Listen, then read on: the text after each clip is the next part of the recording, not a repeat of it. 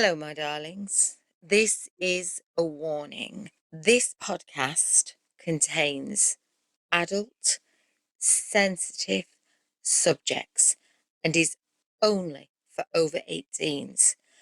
Please do not listen if you may be offended by any of its content.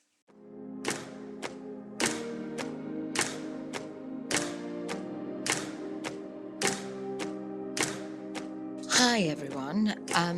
This podcast is going to possibly go over a couple, maybe 2 or 3 podcasts. It's serious, so we're not going to be laughing and joking and chatting like we normally do. This podcast is about something that is very, very close to my heart. It's the bigotry and the stigmatism that surrounds adult babies and age play in general. I'm going to start by reading Wikipedia's meaning for paraphilic infantism.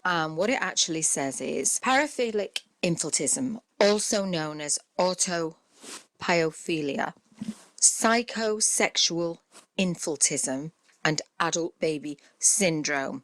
Now there you see, that gets me straight away with the syndrome. Is a sexual fetish that involves role-playing, a regression to an infant-like state. Behaviours may include drinking from a bottle or wearing diapers. Diaper fetishism. Now there again, that's a complete mix-up because an adult baby and a diaper lover are 2 completely different things, but we will cover that later on. Individuals may engage in gentle and nurturing experiences, and in brackets it says an adult who engages only in infantile play is known as an adult baby, close bracket. Unfortunately, not all adult babies only want to engage in infantile play. It also says will be attracted to masochistic, coercive, punishing or humiliating experiences. Diaper fetishism involves diaper lovers wearing diapers for sexual or erotic reasons but may not involve infant-like behaviour.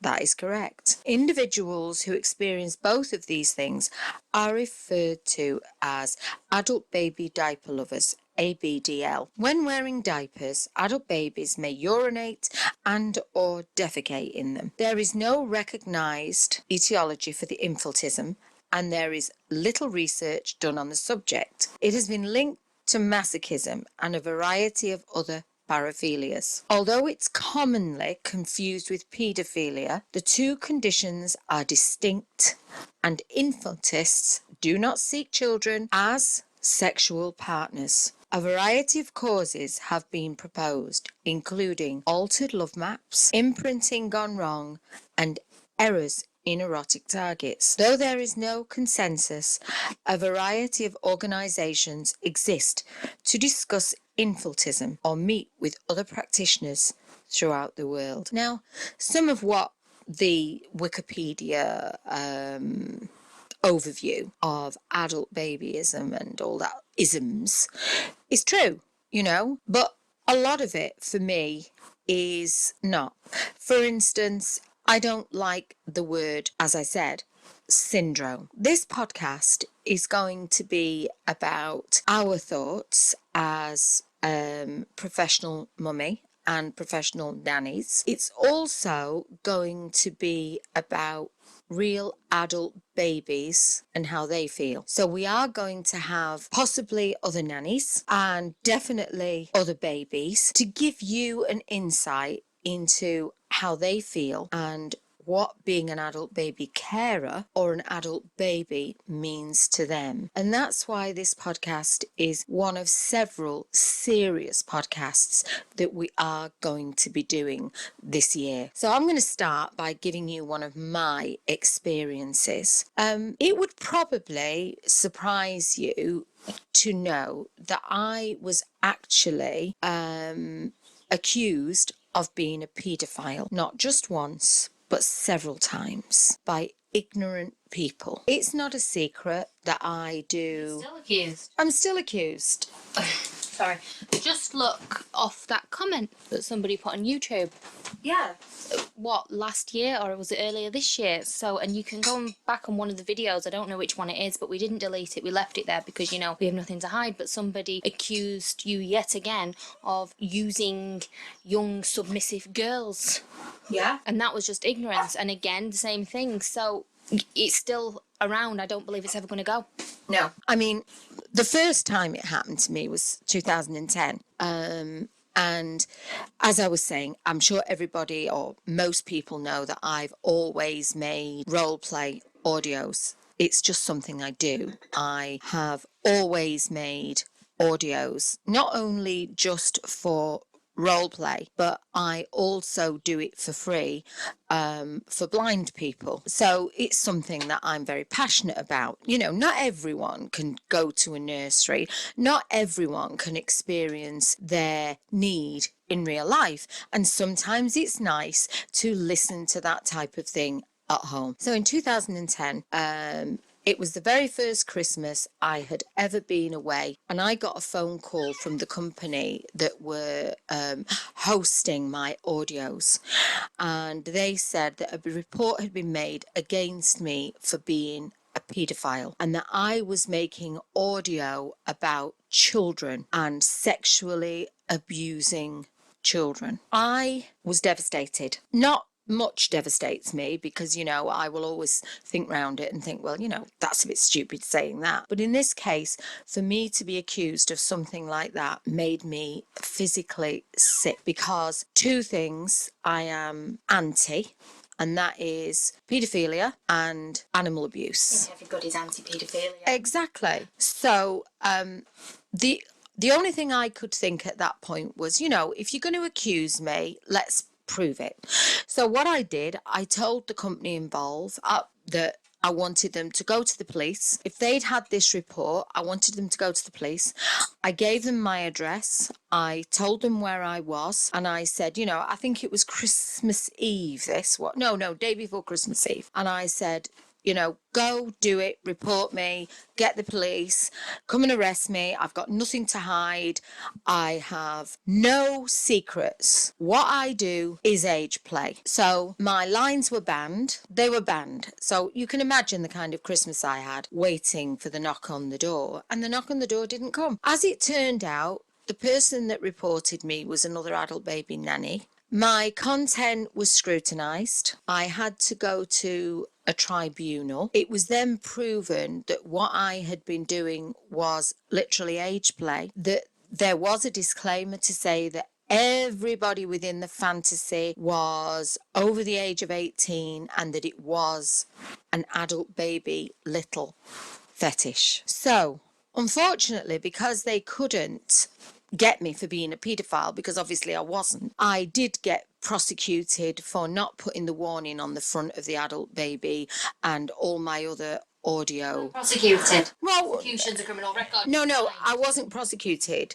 I was fined. But when I say I was fined, I mean I was fined, and it's all over the internet, so you can see it. I've nothing to hide. I've not applied to have it taken down. I was fined to the tune of £20,000 actually, because I refused. What I did wrong was I said at the beginning of all the recordings, where it was because of this, I'm going to say it again, bullshit about, oh, you've got to be over 18, have the bill pays permission. I just think that's a big con and a way for companies to make money, and I don't like it. And at the time, what I actually said was, some of them didn't have it on at all, and the others actually said, let's get the necessary shit out of the way first. So, as usual, my big mouth got me into trouble. Second time I was accused of being a paedophile was by a mistress who hid her identity and literally said exactly what Nanny Lee said, that I was abusing young girls for my own, what was it for? I can't even remember. Own financial gratification. The comment is there, and do you know what I believe that came from? I believe it came from, because at the time we were putting out some clips, and they're still online, with a submissive diaper girl who enjoys being verbally abused about just being a worthless slut type thing. Well, a boyfriend sends her, so it's all consensual. She's over the age of 18, you know, she's fully developed. Even on the ad, because of what's happened to Mummy in the past, I'm fastidious now about putting 18 plus fantasy role play. We know the rules.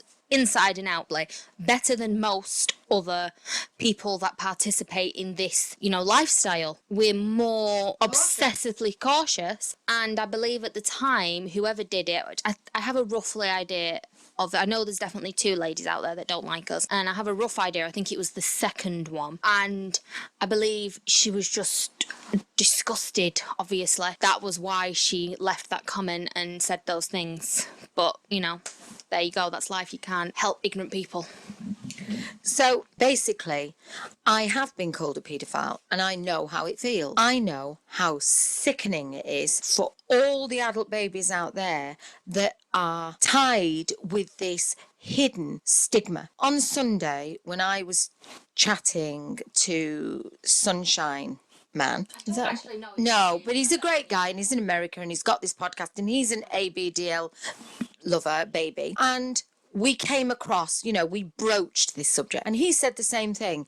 It's something that he is literally afraid of saying because of the stigma that surrounds adult babies. I have never met an adult baby who wanted to do anything to a child. I have had adult babies that have been with me, and when I say years, I mean 20 years, who are on the darker spectrum of adult baby, and we will cover that in the next few podcasts, the different adult baby spectrums. And that particular adult baby likes to be hurt. Her fantasy is that she is a little girl and she is viciously and cruelly sexually abused. But that is a very small percentage of adult babies. Sorry, I'll say that closer.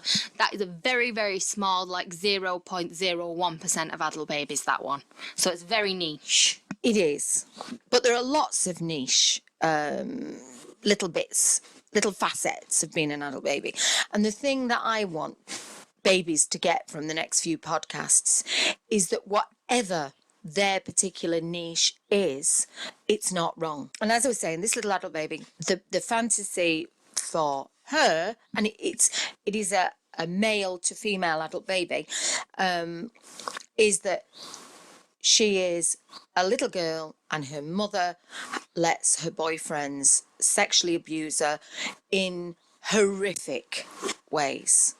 But none of that is aimed at anyone else except her. And that's what I'm trying to get across to people who might listen to this that are not adult babies but are interested or maybe even disgusted by myself and our community and what we do. And if I can give one small glimmer of enlightenment to one person, then everything that I have put up with in my life for what I am and what I do. And everything that we've experienced and learned is worth it. Yeah. And gone through. Because you've gone through some terrible things. And, 2010 was a bad... 2011 was a bad year. And I think you're a very good representation and person to speak about this. Because you don't see it. What I'm going to say is not... I'm not deliberately trying to sound bitchy, but no, okay, some other ladies in the community we know will not accept the sexual side or the darker side to it. We know this for a fact. Yeah. Look at baby A was made to cry because that other mummy that she went to didn't accept that she wanted a sexual element to it and was made to feel weird. Yeah. So because we understand there is both sides, there's the softer side, there's the little side, the nice side, but there's also the darker side and the more sexual side to it. That's what I mean. You're a really good representation and person to explain this to someone. That's what I'm trying to say. I didn't want it to sound bitchy, but that's what I mean. Some people won't accept it. That's what these podcasts are about. Letting people know that there are many facets. It's not just about, oh, you've got a full diaper, oh, your bottom's fat, oh, you've been spanked. It's about the things that we all need deep down inside of us. And being an adult baby is no different than liking bondage. No one would think there was anything wrong with someone that was into bondage liking anal or wanting to be peed on or pooped on. Well, there are babies that want all of those things as well. So I am going to be interviewing baby Caffy, who is an amazing advocate for adult babies and has done all sorts of media things. I'm also going to possibly be trying to interview a mummy that had quite a bad experience from the media, but I won't say any more about that. I've been asked so many times, even up to recently, to do an interview. I've been asked, could I have a camera crew follow me around, come to the nursery, and that type of stuff. But you see, my greatest fear is, I believe, and maybe I'm wrong, maybe I'm just totally bigoted, I just see the media as looking for some sort of sensationalized entertainment to titillate the vanilla public. And I'm not going to feed into that in any way, shape or form. So even recently I was contacted a couple of weeks ago by a company who said that they wanted to make a series about mummies that allowed breastfeeding or suckling. And I spoke to her and I said, not a chance. My babies come to me because they know that I'm not going to expose them. I'm never going to get a baby and say, you know, do you want to come onto a television program with me? Not because I don't want the baby to be able to have a say, but because I can't be 100% sure that they're going to... Yeah, that it's going to be edited the way it was recorded. It can be filmed in a really serious way. You can take a piece of footage and you can make it look and manipulate it into a completely different way. And until somebody is, you know, maybe it's an ABDL that decides to do it as in a truthful representation, I don't think you're ever going to be 100% sure that you're going to be put across the way you want to be.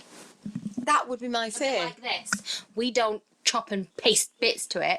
It's essentially a one take and we just sort of chop any gaps out. That's all we'd ever do. So that's it. I mean, my fear is that I would say one thing and they would edit it as if I'd said something else. Because, you know, I have lost family, friends. I'll be honest with you, when I first came to France, and somebody who I trusted knew who I was and what I did. Oh, God. They went to the expat community who I have nothing to do with, and I was called Miss Whiplash. I know. Which I couldn't give a toss. I mean, they thought that they were offending me in some way. I just think that it said more about them than me. Yeah, they didn't understand it. And they don't understand it. That's what people seem to not get. They just don't understand. And if you don't understand something, don't judge it. That's the best thing to do. That is so wise. It's just such a wise thing to say. Educate yourself about it, or just don't say anything. And that's what people don't do enough of. They don't keep themselves to themselves. When I was a little girl, my dad used to have a saying, and it was this: don't open your mouth and let people know you're a fool. Just keep it closed and they can just think it. Don't prove it to them. You know, there is one of my favourite anecdotes in the Bible. So, I hope that you're going to listen to all the podcasts about this and about the fact that adult babies get a really rough deal. I mean, I will just leave this section of the podcast on my final word, and that is this. If you want to think or be proven just how raw a deal adult babies get, just look at OnlyFans. Yeah. OnlyFans are happy to have porn, sex, they have sissies, which is great. Anything like that is absolutely fine. Adult babies? And oh no. Do you know, when they first started up, I read through all the terms and conditions, because I'm a stickler for that. I read the small print and I copied it. I even emailed them and just basically got, you know, an F off. It doesn't matter anymore. And there was nothing to do with nappies. It was all fine as long as it wasn't blood play.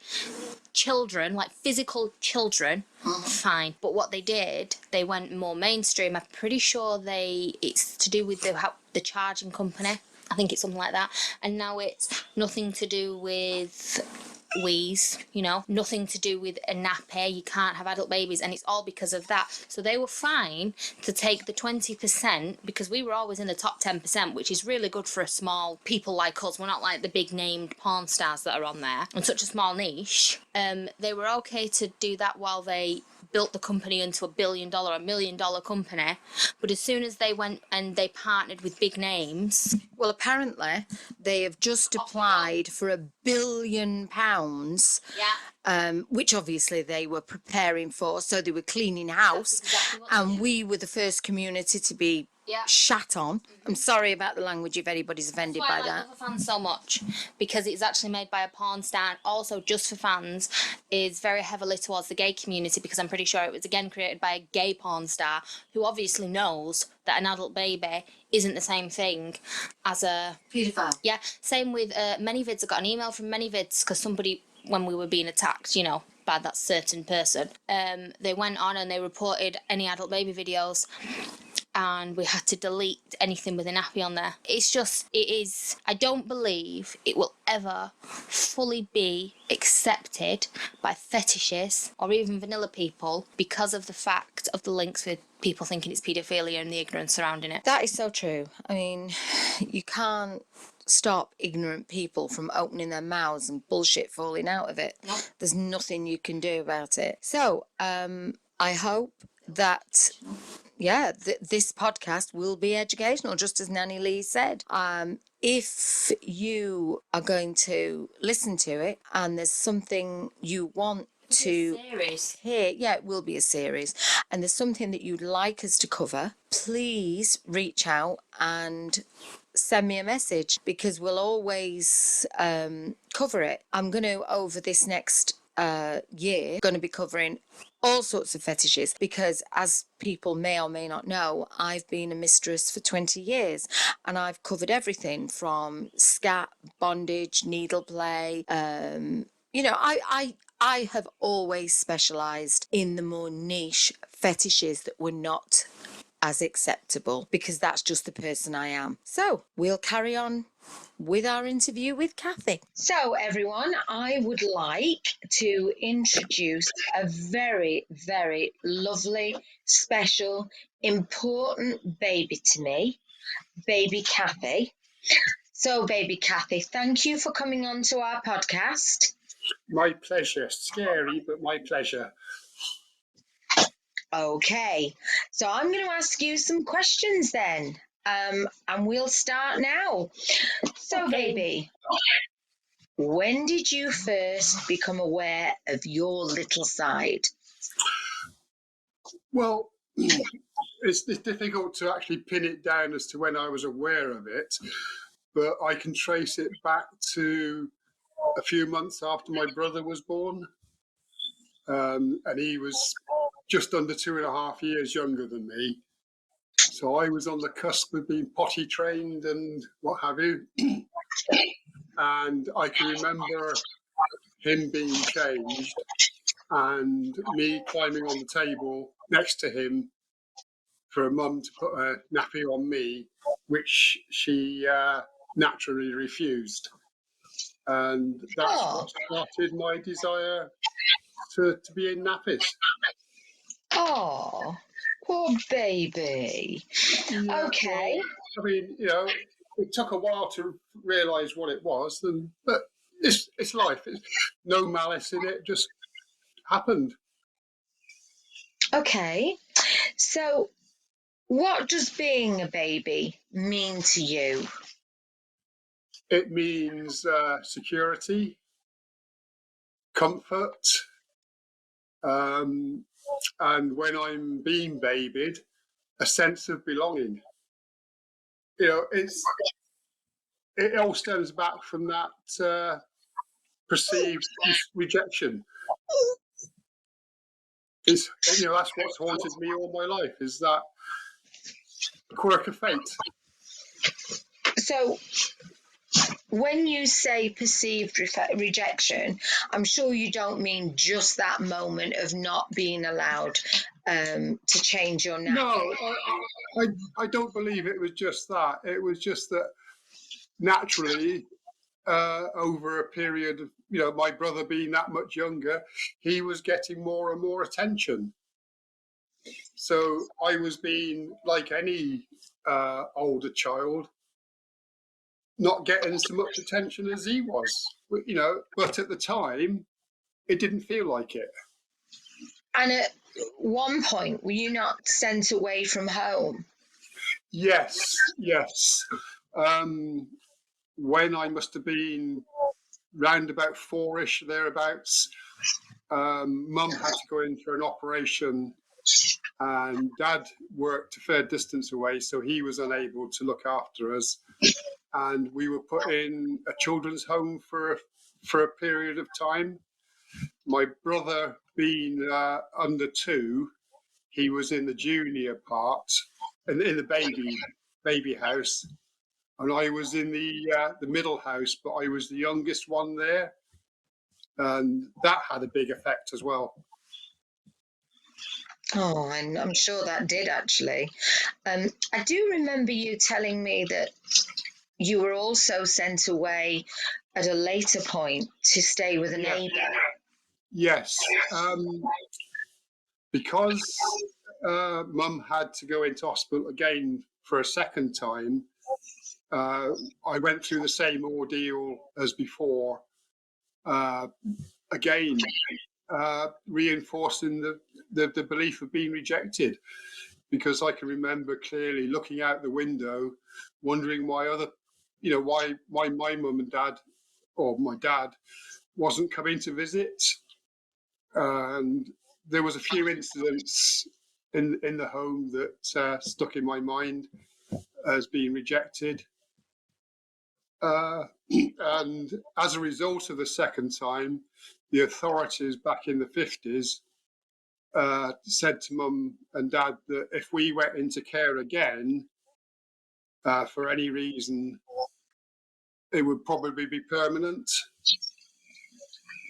So, obviously this upset Mum and Dad, but when it happened, luckily Dad had a friend that lived some distance away who was able to take me, and my gran was able to look after my younger brother. And when you were staying with the friend of the family, was there not an incident where you had to use the little girl's clothes? Yes, well, it wasn't the only thing. The youngest son was exactly, and I mean exactly, the same age as my brother. He was born on the 14th, the same as my brother was. And he was 4, so I must have been a bit older than I thought. I must have been 6.5, but he could have been 3.5 or something like that. But he was still kept in nappies. And I shared his room, and I went through a lot of childhood illnesses while I stayed there. I got the full dose of everything, I think, from measles and mumps. Well, mumps came last, but I had scarlet fever and all sorts of other horrible chicken pox, all one after the other, which delayed my going home. Yeah. And it was Christmas of that year that I was down with mumps, so I couldn't go home. But my dad's friends, they were planning to go away for Christmas. And luck would have it that one of their neighbours had a young daughter my age, who also happened to have mumps. So they very kindly said I could stay there over Christmas. And yeah, I did. But a fluke incident whereby, in the hurry to get everything sorted and packed off to go on their holidays, they locked my suitcase inside the house and forgot to take it across the road to the neighbours. So I had no clothes, and the only solution was to wear their daughter's clothes, whose name incidentally happened to be Caffy. And do you think that influenced you to calling yourself Caffy? Oh, definitely, definitely. And it kind of reinforced, even at that age, my sense of being different from everybody else. I was always kind of considered different to other boys, but also a caring person, because a friend in the same road that we lived in, he suffered from polio, and I was one of the few kids that would go around and play with him. And his mum always, appreciated the fact that I didn't care about his disability or anything. He was just a friend to play with, and we spent ages together.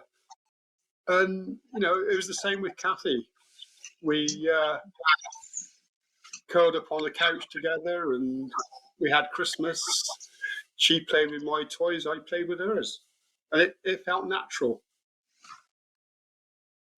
Well, that's, obviously something that played a huge part in your development towards adulthood. And it's not surprising, with all the baby trauma that you went through, that you've always needed to be loved and for people to literally show you how much that they love you. Yeah, I mean, no disrespect to my parents, but they were not overly physically loving, if you know what I mean. There was not much in the way of cuddles or anything like that. But again, it was just the way it was. You when you've grown up and reached a age, even if it's in your 30s, you start to realise that things weren't as bad as you expect. But by then, your brain is signalled. Okay. It's on its track. So has being a baby limited or enriched your life? I would say both. Thanks mainly to the people that I've come across. I mean, my first contacts coming out as a baby in the public wasn't actually as a result of going specifically to be a baby. It was when I realised that I shouldn't have been a man, I should have been a girl. And I was delving into and reinforcing my female side. I found a place in London that you could go to dress in, and I fitted in very well there. I enjoyed it so much. I felt more relaxed there than I'd ever done in my life. So obviously, does Caffy have a big girl side? She has, but it's less and less now. The big girl side is incorporated into life when I'm in baby, because, as you know, there's a sexual element to some degree in the humiliation and the other side of things, and the spankings and everything else. Of course. That is a kind of compromise, because the baby side is so strong. That's my number one desire. But let's face it, regardless of how I think mentally, I am an adult and have urges, and it was a means of combining the two with the limited resources I had. Have you ever been made to feel guilty as a baby that there is a sexual side for you? Because I meet so many babies, and the majority of them have had some sort of experience where they've been to see, whether it's a professional mummy or a professional nanny, or been in a relationship, and that sort of sexual side has been something that the other person has been uncomfortable with. Not really, because the first mummy that I ever went to specifically as a baby was Mummy Hazel, Of course, yeah. and even in that respect, there was not sexual, but there was adult play in the fact that I was spanked and caned a few times. And then later on, I dabbled a little bit with yourself. Yes. In the early days, and that was the startings of possibly the more sexual side of things. Because I don't know if you remember the first time I visited, I kind of went from baby to schoolgirl to adult. I do. And that really was the beginning of how I am now. Yes. Because it combined all three needs. Of course. And then I found out that there was a nursery in Canada, in Vancouver. Yeah. And I went, my uncle lived in Vancouver, so I went to see her for a long weekend. And to be honest, it was mainly based on the price. Of course. It combined it combined a holiday with something I needed. Yeah. And her rates were so low, it was unbelievable. So I wasn't sure what to expect on that first sort of foray. And was there a sexual side to that visit? Not the first one, no. The first one was a get to know each other, probably. She'd never had a baby over 48 hours. Okay. And initially she said no, I can only. But then she offered for me to be able to stay the 3 days that over a long weekend. That kind of justified the distance before I went to go and visit my uncle for a few days, and we kind of hit it off because it was towards the end of the year that I took the same holiday again, but this time I stayed with her for a week. Mm-hmm. And from there, things developed that we'd always include an extended stay somewhere, because my reckoning was she was there as my mummy, but if I was to go on my own on holiday, I would still have to pay for hotel rooms and what have you. So going somewhere else was no extra cost as it would, apart from covering her meals and a couple of other expenses. So it was as much a holiday and it combined the two. Okay, so when you were with Nanny Hazel, was there any? When I was with Nanny Hazel, yes. Yeah, was there any sexual element? Other than spanking, no. Okay, and when you went to see your mummy in Canada, was there a sexual element? Yeah, she did. She did give me a bottle of golden nectar. And, okay. Was there an orgasm or? No, I very rarely orgasm. I know.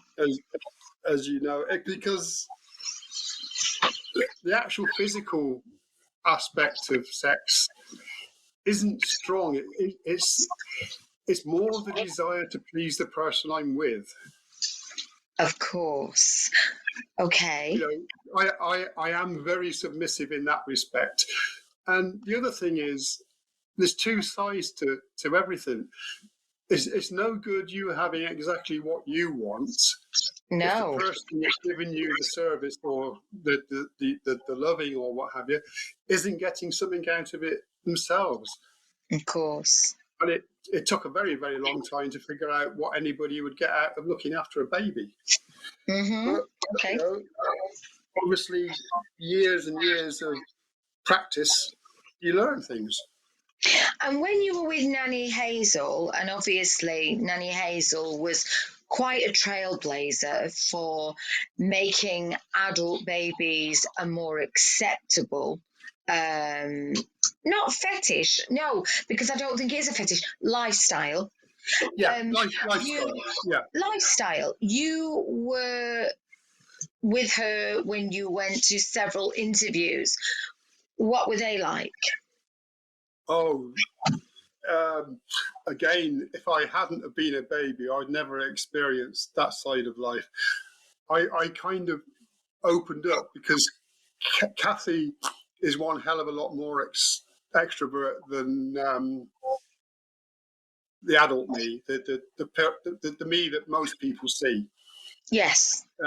Caffy's my true self in some respects, and the attention I got from the TV crews and what have you was just what any small child would like. It was great. I was babies in in essence need attention. They want Course. attention all the time, and in some degrees they're quite selfish. And yes, Well, it a was child doesn't know not to be selfish. sorry. A child doesn't know not to No, be selfish. no, I know. It's because they're depending on somebody else to care for them. That's They're right. very dependent. So it's only becomes a feeling of selfishness is when you reach adulthood. Yes. When all the restraints and Yeah. constraints have been imprinted onto you. Yes. So being able to relax from that side of things is good.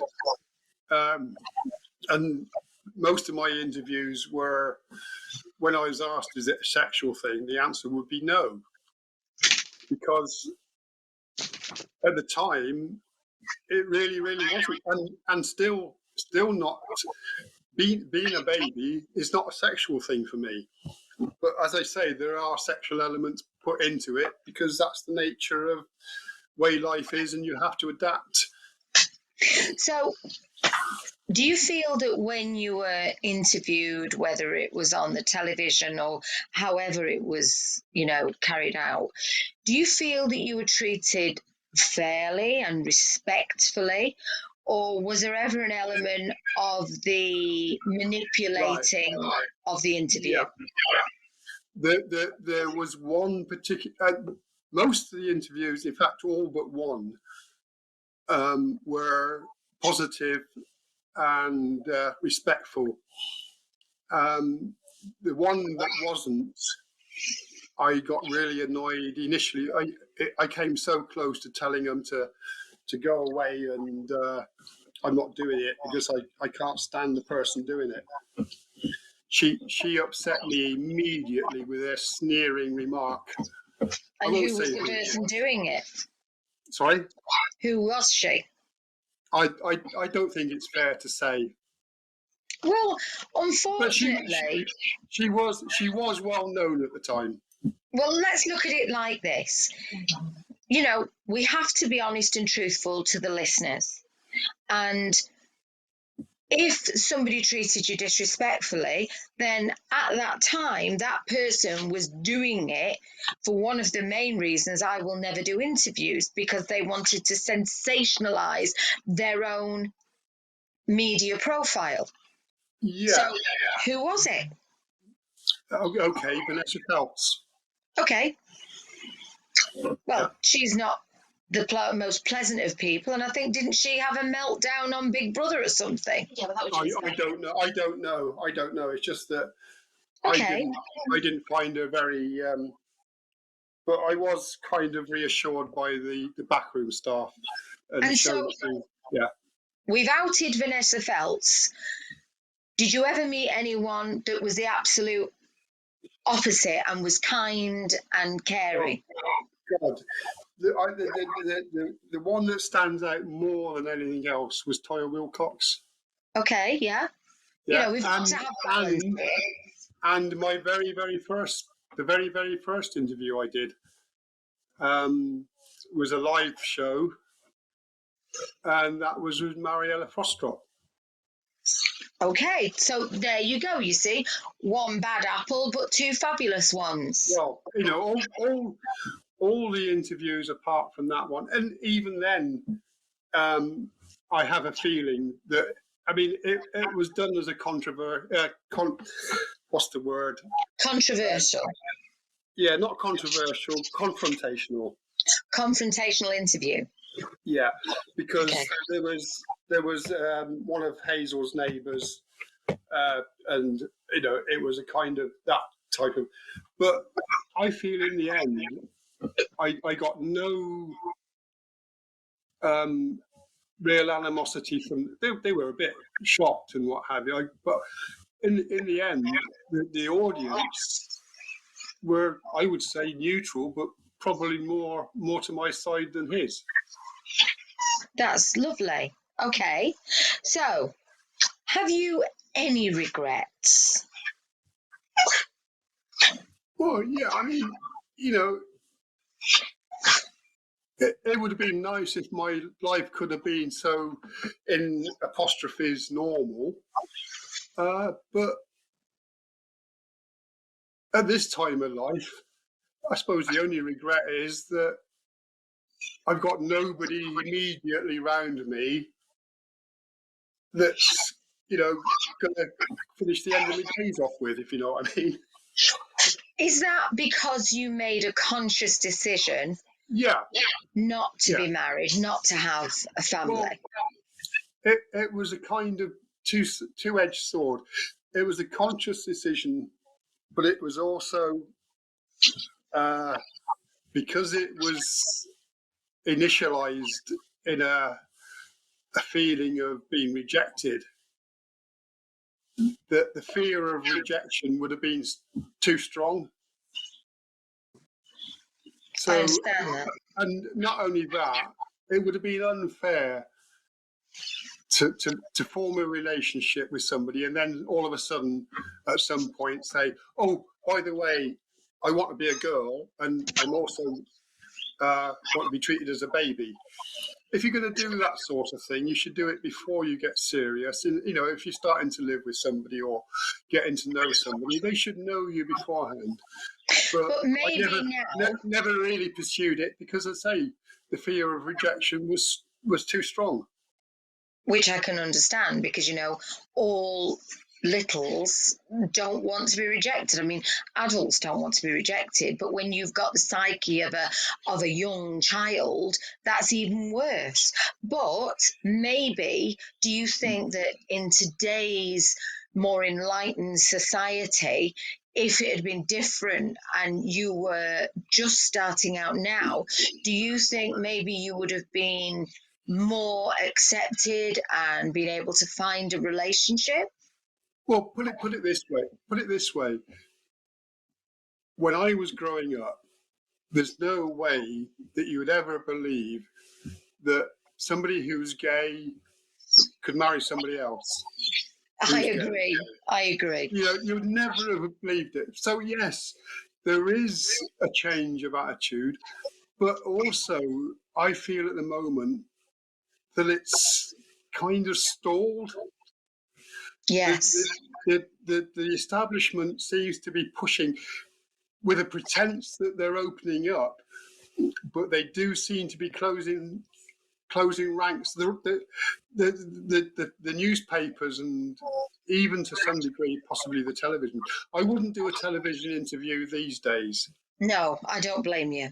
It's far too sensationalized. Yeah, it is. It's pure sensationalism. It's not trying to find out how people want to be and what have you. It's kind of going backwards. Yeah. So, yeah, it's better, but there is that kind of sub feeling that I've got. Maybe not everybody feels it, but there is a kind of stumbling block. Yeah, I agree. But I do agree. But that's not just with being gay, trans, or anything like that. It's a kind of feeling I get about society as a whole.